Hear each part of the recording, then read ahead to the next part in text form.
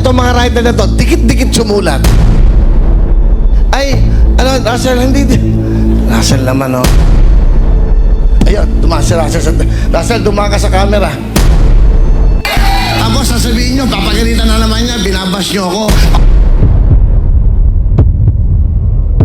Inulan agad ng kontrobersya at backlash ang bagong launch pa lang na TV show sa TV5 ng kilala at batikan na host na si Willie Revillame. Ito ay matapos na manermo na naman ang nasabing host sa kanyang mga staff habang nasa live broadcast. Eh bakit kasi hindi niya na niligay nyo kanina? Pwede ba tayo mag-meeting lahat mamaya pagkatapos? Chico, aatakihin ako sa'yo. Hindi nga ito ang unang beses na nakatanggap ng batiko si Kuya Will mula sa netizens nang dahil sa pamamahiya umano niya sa kanyang mga staff on live television. Ngayon ka lang. Anong bugat?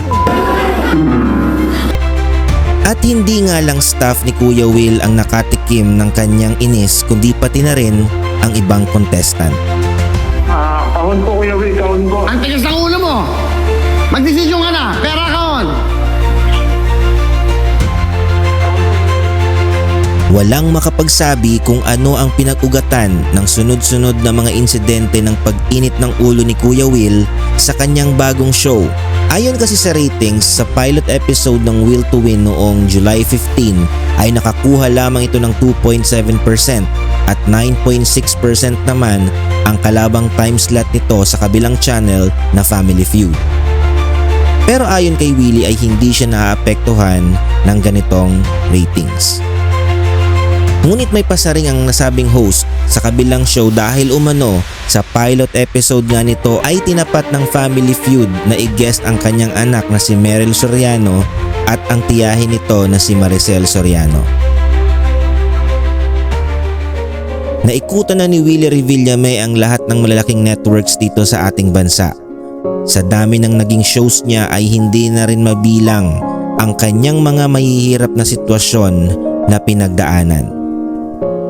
Isa sa pinakamalaking iskandalo na kinasangkutan ni Willie ay ang Ultra Stampede noong February 4, 2006. Dito ay nasawi ang 73 katao at humigit kumulang sa 400 sugatan.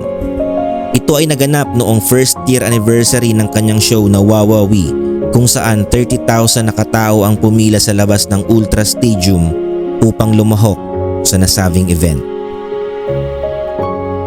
Matapos nga nito ay matatandaan rin na nagkaroon ng hidwaan sina Willie at ang entertainment columnist na si Jovert Socaldito noong May 2010. Kalaunan ay tinapos na nga ni Willie ang kanyang kontrata sa ABS-CBN. In-announce ito ni Willie sa isang press conference noong August 9, 2010.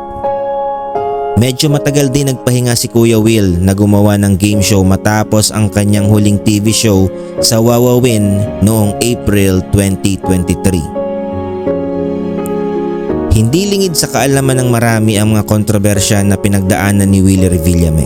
Pero sa isang banda, sobrang dami na rin niyang natulungang mga Filipino, hindi lang sa usaping pera kundi pati na rin sa saya. Hindi ko alam kung saang agos na naman tatangayin si Kuya Will sa kanyang bagong show. Pero isa lang ang tiyak, nakatatak na ang pangalang Willie Revillame bilang isa sa mga haligi ng game show television dito sa Pilipinas.